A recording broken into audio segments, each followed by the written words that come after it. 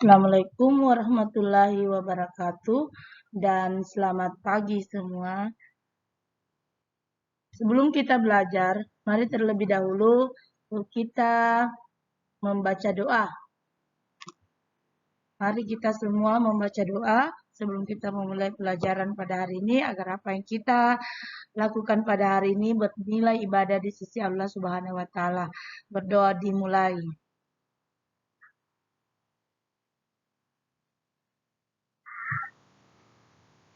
Berdoa selesai. Oke, setelah anak-anakku semua mempersiapkan dirinya untuk belajar pada kesempatan ini, kembali hari ini kita akan mempelajari lagi masih dalam seputar tema 3, subtema 2, pembelajaran 6, di mana yang membawakan pembelajaran pada hari ini masih Ibu Guru sendiri selaku wali kelasnya. Selanjutnya,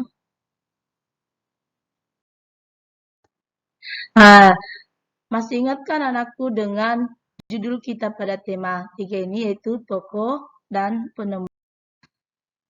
Pada pembelajaran 2 ini, kita akan mengamati kewajiban dalam kehidupan kita dalam sehari-hari. Di mana ada hak, di situ juga ada kewajiban.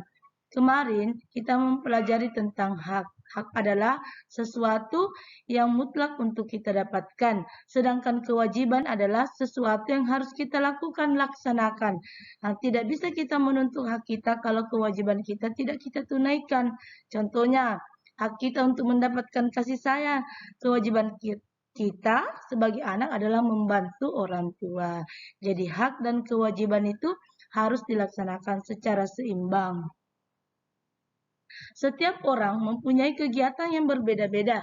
Yang terpenting di sini adalah kita dapat mengelola waktu dengan baik sehingga kewajiban kita dapat ditunaikan dengan baik. Contoh yang paling mudah kita dapatkan adalah di rumah. Karena kita sekarang banyak berada di rumah, anak-anakku banyak berkegiatan di rumah, jadi haknya anak-anakku itu memperoleh kasih sayang dari kedua orang tuanya. Nah, di sini selain anak-anakku mempunyai hak, ada kewajiban yang harus anak-anakku tunaikan, yaitu membantu orang tua. Nah, di sini tadi kita sudah Ibu Guru sudah katakan bahwa semua orang mempunyai kegiatan yang berbeda-beda. Di rumah, ayah, ibu, adik, kakak, atau anggota yang lain di rumah kita itu memiliki kegiatan yang berbeda-beda.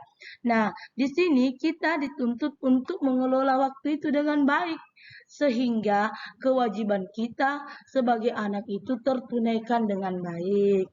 Nah, itu contohnya tadi Ibu Guru sudah utarakan bahwa kewajiban seorang anak yang utama itu adalah membantu orang tua. Contoh kecil-kecil saja, membantu menyapu, mencuci piring, mengepel, menjaga adik. Itu adalah kewajiban yang harus anak-anakku tunaikan. Jadi anak-anakku harus kelola waktu dengan baik. Jangan terlalu banyak bermain, HP, nonton, tetapi kewajibannya tidak ditunaikan. Nah, kewajiban tidak ditunaikan, jangan berharap untuk haknya terpenuhi. Nah, di sini adalah bagaimana cara kita mengelola waktu dengan baik. Ada caranya. Nah, kita buat jadwal kegiatan kita sehari-hari, mulai dari bangun tidur. Apa yang kita lakukan? Jangan ketika bangun tidur langsung main, ambil HP, lupa. Nah, sebagaimana anakku ketika bangun tidur, sholat subuh dulu, setelah sholat subuh membantu orang tua membersihkan. Terus, kedua, kerjakan tugas sekarang, jangan menunda. Ketika disuruh menyapu, anak-anakku jangan menunda, nanti Pima. Itu tidak boleh dilakukan. Tidak kita kelola waktu dengan baik itu. Karena selalu menunda. Dan yang ketiga, berkonsentrasilah dalam melakukan pekerjaan apapun. Jadi ketika kita melakukan tugas kita, harap konsentrasi. Jangan ketika kita menyapu atau membersihkan rumah, pikiran itu di HP. Jadi itu misalnya menyapu, tidak konsentrasi, itu tidak bersih nanti. Pasti ada yang tertinggal. Akhirnya orang tua marah. 4.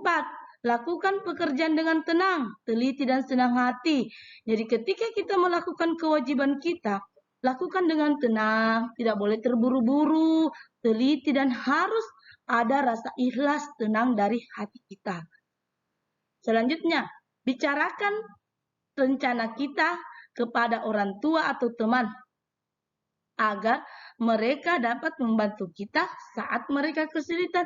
Misalnya, ada pekerjaan yang susah menurut kita dibicarakan. Kalau saya tidak mampu bisa ditolong, kan? Itu namanya musyawarah.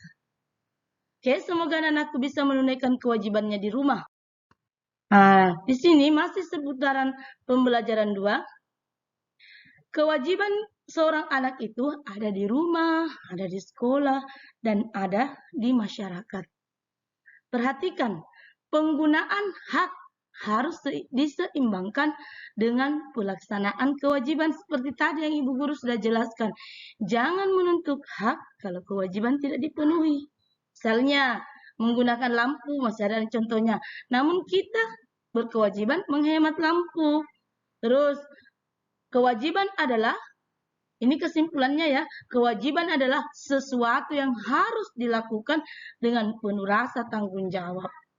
Jadi ada kewajiban, ada hak. Sebelum kita lanjutkan, kita akan menambah lagi wawasan kita, yaitu bagaimana kita mengetahui perkembangan jam dari masa ke masa. Jadi itu jam tidak seperti yang kita lakukan sekarang yang ada di tangan-tangan kita. Ini mengalami namanya perkembangan sesuai masa ke masa. Perhatikan perkembangan jam. Jam itu merupakan benda yang memberitahukan keadaan waktu kepada kita. Dulu itu dia tidak ada jamnya.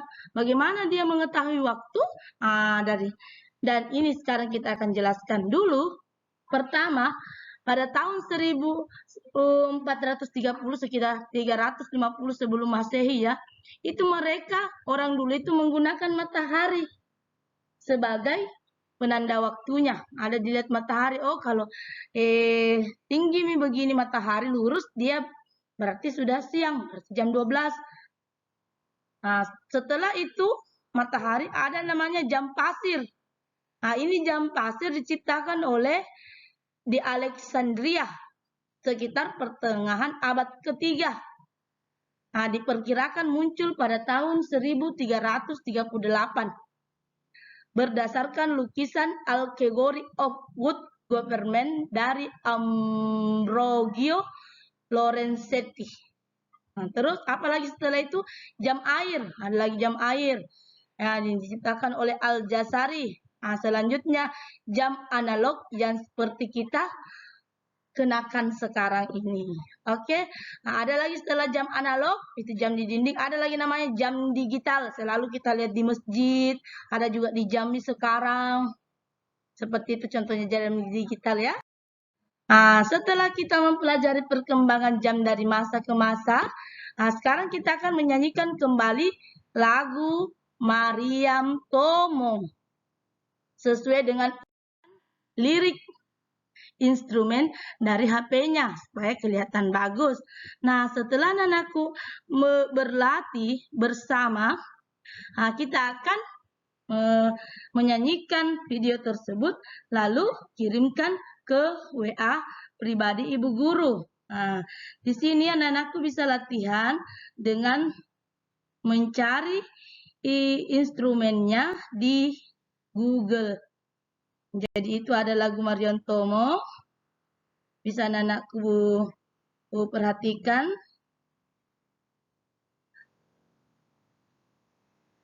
Dia menyanyi dengan interval yang bagus dengan instrumen ya. Semoga hasilnya bagus. Jadi jangan menyanyi salah-salah. Dan nilainya juga bagus. Ini Ibu Guru akan share lagi nyanyian dari lagu tersebut. Anak-anakku simak ya.